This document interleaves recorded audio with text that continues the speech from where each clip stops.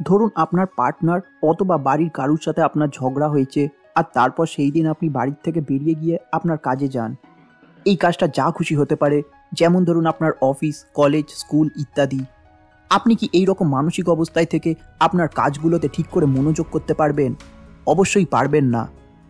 কিন্তু এর পরিবর্তে যদি আপনার বাড়ির লোক অথবা বন্ধুবান্ধবদের দ্বারা আপনি যদি জীবনে সুখী থাকতে পারেন এবং তারপরে আপনার কাজগুলোতে আপনি মনোনিবেশ করেন, তাহলে আপনি আপনার কাজগুলোতে 100% মনোযোগ দিতে পারবেন। বন্ধুরা, আমরা অধিকাংশ মানুষই এটা মনে করি যে আমরা যদি জীবনে একবার সফল হয়ে উঠি তাহলে আমরা জীবনে সুখী হতে পারবো। কিন্তু আমাদের জীবনের সুখ কি শুধুই আমাদের সফলতার উপরেই নির্ভর করে?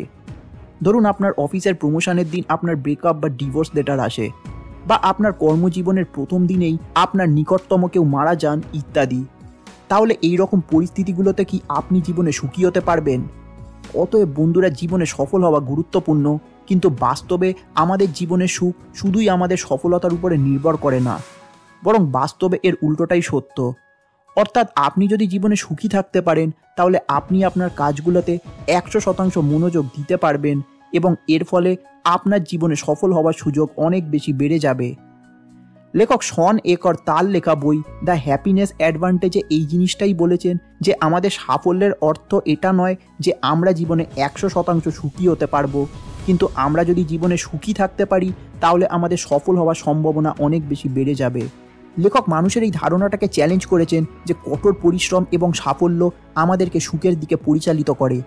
এর পরিবর্তে তিনি এটা বলেছেন যে বাস্তবে সাফল্যের আগে জীবনে সুখী হওয়ার অনেক প্রয়োজন আছে। তিনি তার বইতে ব্যক্তিগত এবং পেশাদার জীবনে একটা পরিপূর্ণতা অর্জনের জন্য একটা রোড ম্যাপ প্রদান করেছেন। তার বইটি আমাদের জীবনের প্রত্যেকটা দিকের উন্নতি করবার জন্য একটা গাইড প্রদান করে। আজকের ভিডিওতে আমি এই বইয়ের মূল বিষয় নিয়ে আপনাদের সাথে শেয়ার করব। আপনাদের মূল্যবান সময় নষ্ট না করে আজকের ভিডিওটা শুরু করা যাক। লেখক বলেছেন যে আমাদের জীবনের সুখ শুধু সাফল্যের একটা উপজাত নয়, বরং সাফল্যের আগে সুখী হওয়া গুরুত্বপূর্ণ। তিনি যুক্তি দিয়ে এটা বলেছেন যে যখন আমরা সুখী থাকি তখন আমাদের মস্তিষ্ক আরও ভালোভাবে কাজ করে এবং আমরা আমাদের কাজগুলোকে করবার সময় আরও বেশি উৎপাদনশীল, সৃজনশীল এবং অনুপ্রাণিত বোধ করি। অতএব আমাদের জীবনের সুখ আমাদের প্রতিভা বাড়াতে এবং লক্ষ্য অর্জনে সাহায্য করে। এক কথায়, আপনি যদি আপনার কাজে আপনার সেরাটা দিতে চান এবং জীবনে সফল হতে চান, তাহলে আপনাকে আপনার জীবনে সুখকে অগ্রাধিকার দিতে হবে। লেখক বলেছেন যে আমাদের মানসিকতা এবং প্রচেষ্টা আমাদের সাফল্যের জন্য একটা গুরুত্বপূর্ণ ভূমিকা পালন করে। লেখক মানুষের মানসিকতাকে ফালক্রমের সাথে তুলনা করেছেন এবং মানুষের প্রচেষ্টাকে লিভারের সাথে তুলনা করেছেন। আমরা যদি আমাদের মানসিকতার অ্যাডজাস্ট করতে পারি এবং আমাদের প্রচেষ্টার যদি বৃদ্ধি করতে পারি, তাহলে আমরা আমাদের জীবনের সমস্যাগুলো সমাধান করতে পারবো এবং বাস্তবে আমরা যা ভেবেছিলাম তার থেকে অনেক বেশি অর্জন করতে পারবো। উদাহরণস্বরূপ, ধরুন কোনো ছাত্র অঙ্কতে খুব দুর্বল। যদি এই ছাত্র তার মানসিকতার পরিবর্তন করতে পারে, অর্থাৎ যদি তিনি এই মানসিকতা অর্থাৎ সে অঙ্কতে খারাপ এটা মেনে নেওয়ার পরিবর্তে যদি সে এটা ভাবে যে সে অনুশীলনের দ্বারা অঙ্কতে ভালো হতে পারবে, তাহলে এই গ্রোথ মাইন্ডসেটের দ্বারা তার কর্মে অনেক বড় একটা প্রভাব পড়বে। এই রকম মানসিকতার পরিবর্তনের কারণে একজন মানুষ এটা মানতে শুরু করে দেয় যে তিনি জীবনে প্রচেষ্টা এবং উৎসর্গের মাধ্যমে তার ক্ষমতার বিকাশ করতে পারবে। সফল হওয়ার জন্য শুধু মানসিকতার পরিবর্তন করলেই হবে না, আমাদেরকে অনুশীলন এবং প্রচেষ্টা করতে হবে। মানুষ তাদের কাজগুলোকে অনুশীলন করে এবং সেগুলোর প্রতি সময় এবং শক্তি বিনিয়োগ করে তাদের কাজের দক্ষতার ব্যাপকভাবে উন্নতি করতে পারবে। অতএব আপনি যদি জীবনে একটা ধারাবাহিক প্রচেষ্টার সাথে একটা ইতিবাচক মানসিকতা রাখতে পারেন, তাহলে আপনাকে সফল হওয়া থেকে কেউ আটকাতে পারবে না।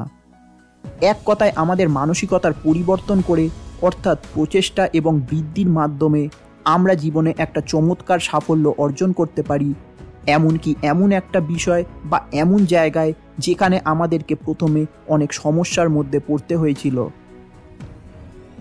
লেখক বলেছেন ছোটবেলায় আমরা মোবাইল অথবা ভিডিও গেমে যেই টেট্রিস খেলাটা খেলতাম, এটা আমাদের মস্তিষ্কে আকার এবং প্যাটার্ন চিনতে সাহায্য করে। ঠিক একইভাবে আমরা আমাদের মস্তিষ্ককে পেশাদার বৃদ্ধির জন্য প্রশিক্ষণ দিতে পারি। এই জিনিসটাকে লেখক তার বইতে টেট্রিস এফেক্ট নামে বর্ণনা করেছেন। লেখক বলেছেন আমরা যদি আমাদের মস্তিষ্ককে সঠিকভাবে প্রশিক্ষণ দিতে পারি তাহলে আমরা আমাদের চারপাশের বিশ্বে আরও বেশি সুযোগ দেখতে পাবো এবং বাস্তবে সফল হবার জন্য আমরা আমাদের সম্পূর্ণ সম্ভাবনাকে আনলক করতে পারবো। আপনি আপনার কাজগুলোর জন্য একজন প্রশিক্ষিত ম্যানেজার নিয়োগ করতে পারেন যিনি আপনাকে আরও বেশি সুযোগ খুঁজে পেতে সাহায্য করবে যেটা অন্যরা হয়তো মিস করে যাচ্ছে। এটা আপনার দলের দক্ষতা এবং উৎপাদনশীলতাকে বাড়াতে সাহায্য করবে। টেট্রিস এফেক্টের মাধ্যমে আমরা এমন একটা মানসিকতা তৈরি করতে পারি যার মাধ্যমে আমরা আমাদের জীবনের প্রতিটা ক্ষেত্রের উন্নতি করতে পারি। ধারাবাহিকভাবে আমাদের পরিবেশ স্ক্যান করবার মাধ্যমে আমরা আমাদের দক্ষতা এবং ক্ষমতা বাড়ানোর উপায় খুঁজে বের করতে পারি। এটা আমাদের ব্যক্তিগত এবং পেশাদার জীবনে সাফল্য এবং পরিপূর্ণতা পেতে সাহায্য করতে পারে। লেখক বলেছেন প্রতিকূলতা এবং ব্যর্থতা আমাদের জীবনে অনিবার্য, কিন্তু আমরা এই চ্যালেঞ্জগুলোর প্রতি কীরকম প্রতিক্রিয়া দেখাচ্ছি এটা আমাদের ভবিষ্যৎকে একটা আকার দেয়। লেখক বলেছেন জীবনে পড়ে যাওয়া অর্থাৎ ব্যর্থ হওয়া মানে এটা নয় যে আপনি আর ঘুরে দাঁড়াতে পারবেন না, বরং এই পরিস্থিতিতে আপনাকে একটা নতুন সুযোগের সন্ধান করতে হবে এবং জীবনে আবার ঘুরে দাঁড়াতে হবে। লেখক এই মানসিকতাকে তার বইতে দ্য ফলিং আপ মানসিকতা হিসাবে বর্ণনা করেছেন। আপনি যদি জীবনে কোনো সমস্যার সম্মুখীন হন তাহলে আপনি সেটাকে বাধা হিসাবে অথবা একটা মূল্যবান শেখার অভিজ্ঞতা হিসাবে দেখতে পারেন। এটা আপনার উপরে নির্ভর করে আপনি সেটাকে কিভাবে দেখবেন। উদাহরণস্বরূপ একটা উদ্যোক্তা যদি তার ব্যবসায় ব্যর্থ হন তাহলে জীবনে হেরে যাবার পরিবর্তে এই পরিস্থিতিতে তিনি ফলিং আপ মানসিকতা গ্রহণ করে তার ব্যর্থতাকে নিজের উন্নতি এবং বৃদ্ধি হিসাবে দেখতে পারে। তিনি তার ভুলগুলোর থেকে একটা শিক্ষা নিতে পারে এবং কোন কোন জায়গায় তাকে উন্নতি করতে হবে সেটা তাকে চিহ্নিত করতে হবে এবং আরও ভালো কিছু তৈরি করবার জন্য নিজের অভিজ্ঞতার ব্যবহার করতে হবে। আমাদের ব্যক্তিগত এবং পেশাদার জীবনের বৃদ্ধির জন্য এই ফলিং আপ মানসিকতা একটা ক্যাটালিস্ট হিসাবে কাজ করে। আমাদেরকে আমাদের জীবনের ব্যর্থতাকে জীবনে এগিয়ে যাওয়ার জন্য একটা সুযোগ হিসাবে এটাকে ব্যবহার করতে হবে। এই মানসিকতার মাধ্যমে আমরা আমাদের জীবনের সমস্যাগুলোকে মোকাবিলা করবার জন্য আমাদের সৃজনশীল শক্তির ব্যবহার করতে পারি এবং আমাদের ব্যর্থতাগুলোর থেকে একটা শিক্ষা নেওয়ার চেষ্টা করতে পারি। লেখক বলেছেন মানুষের অভিভূত অনুভূতি তাদের সুখ এবং সাফল্যের পথে একটা বড় বাধা হয়ে দাঁড়াতে পারে। এই জিনিসটাকে অতিক্রম করবার জন্য তিনি জড়ো সার্কেল নামের একটা কৌশলের প্রস্তাব করেছেন যার উদ্দেশ্য হলো ছোট ছোট কাজগুলোর উপরে মনোনিবেশ করা। জড়ো সার্কেল আমাদের নিয়ন্ত্রণে যেই কাজগুলো আছে সেগুলোকে করবার একটা পরামর্শ দেয়। একবার যখন আমরা এই কাজগুলোকে করে ফেলি তখন আমাদেরকে অন্য কাজগুলোতে হাত দিতে হবে এবং অবশেষে আমাদের উচ্চ আকাঙ্ক্ষার জন্য যেই কাজগুলো করবার দরকার আছে আমাদেরকে সেই কাজগুলো করতে হবে। উদাহরণস্বরূপ ধরুন কেউ একটা বই লিখতে চায়, কিন্তু এই কাজের আকার দেখে সে ভয় পায় এবং নিজের কাজটা শুরু করে উঠতে পারে না। পুরো বইটিকে একেবারে লেখার পরিবর্তে লেখক বলেছেন এই কাজটাকে ছোট ছোট পদক্ষেপে ভেঙে নিলে কাজটা অনেক সহজ হয়ে যাবে। যেমন সারাদিনে 1 পৃষ্ঠা করে লেখা। প্রতিদিন 1 পৃষ্ঠা লেখার উপরে ফোকাস করে আমরা অভিভূত না হয়ে ছোট ছোট লক্ষ্যগুলোর দিকে অগ্রগতি করতে পারি। এই পদ্ধতি আমাদেরকে গতিবেগ তৈরি করতে, আত্মবিশ্বাস অর্জন করতে এবং একটা ধারাবাহিক লেখার অভ্যেস তৈরি করতে সাহায্য করে। একবার যখন আমরা আমাদের জোড়ো সার্কেলের প্রসার করব এবং এই জিনিসটাকে নিয়ে স্বাচ্ছন্দ্য বোধ করব, আমরা তখন বইটিকে সম্পূর্ণ করবার ক্ষমতার দিকে আরও বেশি মনোনিবেশ করতে পারব। জোড়ো সার্কেল আমাদেরকে আমাদের কাজগুলোর প্রতি ছোট ছোট পদক্ষেপ নেওয়ার দিকে নির্দেশ দেয় এবং তারপরে কাজগুলোকে প্রসার করবার দিকে জোর দেয়। জোড়ো সার্কেল আমাদের বড় কাজগুলোকে একটা পরিচালনাযোগ্য ধাপে ভেঙে দেয়। এর ফলে আমরা আমাদের কাজগুলোর প্রতি চাপ কমাতে পারি, আমাদের কাজগুলোর প্রতি অনুপ্রাণিত থাকতে পারি এবং আমাদের লক্ষ্যগুলোর দিকে অবিচলিত অগ্রগতি করতে থাকি। লেখক বলেছেন কোনো দীর্ঘমেয়াদী লক্ষ্যের জন্য শুধুমাত্র আমাদের ইচ্ছে শক্তির ওপরে নির্ভর করে থাকলে হবে না, কারণ আমাদের ইচ্ছে শক্তি সীমিত। লেখক তার বইতে 20 সেকেন্ড রুলের একটা নিয়মের ব্যাপারে বলেছেন, যার উদ্দেশ্য হলো আমাদের ভালো অভ্যেসগুলো আমরা যেন 20 সেকেন্ড আগে শুরু করতে পারি, আর আমাদের খারাপ অভ্যেসগুলো শুরু করবার জন্য আমাদের যেন এক্সট্রা 20 সেকেন্ড লাগে। ধরুন আপনি সকাল সকাল ঘুম থেকে উঠে পড়াশোনা করতে চান, তাহলে আপনি যেই বিষয় নিয়ে সকালে পড়বেন সেই বইগুলোকে আপনি আগে থেকে আপনার টেবিলে রেখে দিতে পারেন। এর ফলে আপনি এই ভালো অভ্যেসটা 20 সেকেন্ড আগে শুরু করতে পারছেন। আবার আপনি ধরুন ঘুম থেকে উঠেই অনেকটা সময় মোবাইল দেখে সময় নষ্ট করেন, তাহলে আপনি আপনার মোবাইলটা অন্য কোনো একটা ঘরে রেখে দিন। এর ফলে আপনি ঘুম থেকে ওঠার সাথে সাথেই মোবাইলটা হাতে নিতে পারবেন না, আর আপনি এই খারাপ অভ্যেসটা 20 সেকেন্ড বিলম্ব করে দিচ্ছেন। 20 সেকেন্ডের নিয়ম ব্যবহার করে আমরা আমাদের উদ্দেশ্যগুলোকে কাজে পরিণত করতে পারি। এই নিয়মের দ্বারা আমরা আমাদের জীবনে ভালো অভ্যেস গঠন করতে পারি। 20 সেকেন্ডের নিয়ম এটার ওপর ভিত্তি করে বানানো হয়েছে যে আমরা যদি আমাদের আশেপাশের পরিবেশের ছোট পরিবর্তন করতে পারি, তাহলে এটা আমাদের আচরণের উপর একটা বড় প্রভাব ফেলতে পারে। 20 সেকেন্ড রুলের মাধ্যমে আমরা খুব সহজেই একটা ইতিবাচক অভ্যেস গড়ে তুলতে পারি এবং নেতিবাচক অভ্যেসগুলোকে কাটিয়ে উঠতে পারি। এই নিয়মের মাধ্যমে আমাদের মস্তিষ্কের পুনর্নির্মাণ করতে পারি এবং আমাদের আচরণে একটা নতুন ধরন স্থাপন করতে পারি। লেখক বলেছেন, আমাদের জীবনে চ্যালেঞ্জিং এবং চাপের সময় আমাদের সামাজিক সম্পর্ক একটা গুরুত্বপূর্ণ সম্পদ। এই সম্পর্কগুলোতে সময় এবং প্রচেষ্টা ব্যয় করলে এটা আমাদেরকে একটা সাপোর্ট নেটওয়ার্ক প্রদান করে। এই জিনিসটা আমাদেরকে আমাদের জীবনের প্রতিকূলতা কাটিয়ে উঠতে সাহায্য করে। সামাজিক বিনিয়োগ উচ্চ চাপ এবং চ্যালেঞ্জের সময় সাফল্যের সবথেকে গুরুত্বপূর্ণ উপাদানগুলোর মধ্যে একটি। একটা সমীক্ষায় এটা দেখা গেছে যে যেই ব্যক্তিদের সামাজিক নেটওয়ার্ক ভালো, তাদের হার্ট অ্যাটাকে বেঁচে থাকার সম্ভাবনা অনেক বেশি।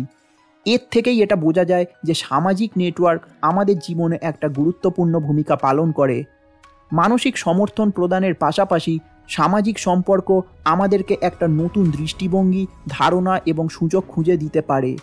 যাদের জীবনের লক্ষ্যগুলো আমাদের মতোই, এটা তাদের সাথে আমাদেরকে একটা সংযোগ স্থাপন করতে সাহায্য করে এবং এর ফলে আমরা আমাদের জ্ঞান এবং দক্ষতার একটা প্রসার করতে পারি এবং আমাদের সাফল্যের সম্ভাবনা বাড়াতে পারি। অতএব আমাদেরকে আমাদের বন্ধুবান্ধব, সহকর্মী এবং পরামর্শদাতাদের সাথে একটা দৃঢ় সম্পর্ক গড়ে তুলতে হবে। আমাদেরকে এই সম্পর্কগুলোকে বজায় রাখার জন্য এর মধ্যে সময় এবং শক্তি বিনিয়োগ করতে হবে। এই জিনিসটা আমাদেরকে অন্যদের সাথে জুড়ে থাকতে সাহায্য করবে এবং আমাদেরকে নতুন সুযোগ খুঁজে বের করতে সাহায্য করবে। আমাদের ক্রিয়াকলাপ এবং আচরণের একটা প্রবল প্রভাব রয়েছে এবং এই জিনিসটা আমাদের আশেপাশের মানুষের জীবনে একটা প্রভাব ফেলে। আমরা যখন আমাদের জীবনে সুখকে প্রাধান্য দিই, তখন আমরা আমাদের জীবনে অন্যদেরকে ইতিবাচকভাবে প্রভাবিত করি এবং এটা একটা রিপেল এফেক্ট তৈরি করে। এই রিপেল এফেক্ট আরও ইতিবাচক পরিবেশ তৈরি করতে পারে এবং প্রত্যেকের কর্মক্ষমতা আরও বেশি বাড়িয়ে তুলতে পারে। উদাহরণস্বরূপ, একজন দলের নেতা বা টিম লিডার যিনি ইতিবাচক মানসিকতা রাখেন এবং আশাবাদী, তিনি তার দলের সদস্যদের মনোবল বাড়িয়ে তাদেরকে আরও বেশি উৎপাদনশীল হতে সাহায্য করে। যখন একটা দলের টিম লিডার নিজের সুখ এবং সুস্থতার দিকে মনোনিবেশ করেন, তখন তিনি একটা ইতিবাচকতা সংস্কৃতি তৈরি করে যা তাদের দলের লোকেদের অনুপ্রাণিত করে। এই জিনিসটা একটা উন্নত সহযোগিতা, সৃজনশীলতা এবং সামগ্রিক কর্মক্ষমতার দিকে আমাদেরকে নিয়ে যেতে পারে। একটা গবেষণায় এটা দেখা গেছে যে সুখ সংক্রামক। আমরা যখন সুখী থাকি, তখন আমাদের চারপাশের মানুষেরও সুখ অনুভব করবার সম্ভাবনা বেশি থাকে। এই জিনিসটা একটা ইতিবাচকতার চক্র তৈরি করে যা আমাদের সামাজিক নেটওয়ার্কে যারা আছে তারা প্রত্যেকেই এটার দ্বারা যেন উপকৃত হতে পারে। একটা ইতিবাচক মনোভাব রাখার অর্থ এটা নয় যে সব সমস্যাগুলোকে এড়িয়ে গিয়ে সব কিছু ঠিক আছে এই রকম ভান করা, বরং এটা একটা ইতিবাচক মানসিকতা বেছে নেওয়ার বিষয়। লেখক তার বইতে আমাদের দৈনন্দিন জীবনে একটা ইতিবাচক মনোবিজ্ঞানের শক্তিকে প্রয়োগ করবার জন্য একটা রোড ম্যাপ প্রদান করেছেন। এই জিনিসটা আমাদেরকে আরও সুখী এবং সফল হতে সাহায্য করতে পারে।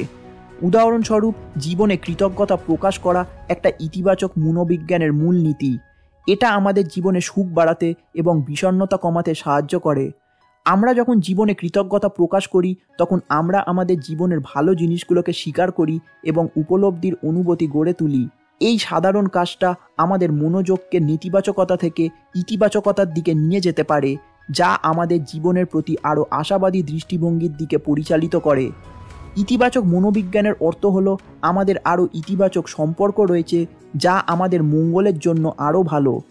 সদয় যত্নশীল সম্পর্ক গড়ে তোলার মাধ্যমে আমরা একটা যত্নশীল, সহায়ক সম্প্রদায় তৈরি করতে সাহায্য করি। ইতিবাচক মনোবিজ্ঞান গ্রহণ করে আমরা একটা পরিপূর্ণতা জীবনযাপন করি এবং আমাদের চারপাশের বিশ্বে ইতিবাচকতার একটা প্রবল প্রভাব তৈরি করি। লেখক বলেছেন, আমাদের হ্যাপিনেস অ্যাডভান্টেজ শুধুমাত্র আমাদের বাড়ির জন্যই প্রযোজ্য নয়, বরং এটা আমাদের কর্মক্ষেত্রের জন্য গুরুত্বপূর্ণ। একটা ইতিবাচক কাজের পরিবেশ আমাদেরকে আমাদের উৎপাদনশীলতা বাড়াতে সাহায্য করে আমাদেরকে সৃজনশীল হতে সাহায্য করে এবং আমাদেরকে একটা উচ্চতর ব্যস্ততার মধ্যে রাখে। একটা গবেষণায় এটা দেখা গেছে যে যখন কর্মচারীরা সুখী বোধ করেন তখন তারা আরও বেশি অনুপ্রাণিত বোধ করেন। এই জিনিসটা প্রতিষ্ঠানের মধ্যে একটা উন্নত কর্মক্ষমতার দিকে আমাদেরকে নিয়ে যায়। একটা ইতিবাচক পরিবেশ কর্মীদের আরও বেশি শারীরিক এবং মানসিকভাবে সুস্থ থাকতে সাহায্য করে। একটা সুখী কর্মক্ষেত্র কর্মীদের মধ্যে কাজের প্রতি একটা সন্তুষ্টি বাড়ায়। যখন একজন মানুষ তাদের কাজের জায়গায় সমর্থিত হন এবং তাদের কাজের প্রশংসা অনুভব করেন তখন তারা তাদের কাজ নিয়ে খুশি থাকে এবং সেই সংস্থার সাথে দীর্ঘদিন জুড়ে থেকে কাজ করে যায়। উদাহরণস্বরূপ গুগল কোম্পানি সব সময় তাদের কর্মীদের সুখের কথা চিন্তা করে। এই জিনিসটা করবার ফলে এই কোম্পানি তাদের কর্মীদের মধ্যে একটা সৃজনশীলতার সংস্কৃতি তৈরি করেছেন। এই কারণে এই কোম্পানি কাজ করবার জন্য সবার কাছে একটা পছন্দসই জায়গা হয়ে উঠেছে। বন্ধুরা, আজকের ভিডিওটা আমি এখানেই শেষ করছি। আপনারা যদি এই বইটা ডিটেলসে পড়তে চান তাহলে নিচে দেওয়া লিঙ্ক থেকে আপনারা এই বইটা কিনতে পারেন। আশা করি ভিডিওটা আপনাদের ভালো লেগেছে। যদি ভালো লেগে থাকে তাহলে ভিডিওটিকে লাইক করে দিন এবং চ্যানেলটিকে সাপোর্ট করবার জন্য সাবস্ক্রাইব করে দিন। ধন্যবাদ।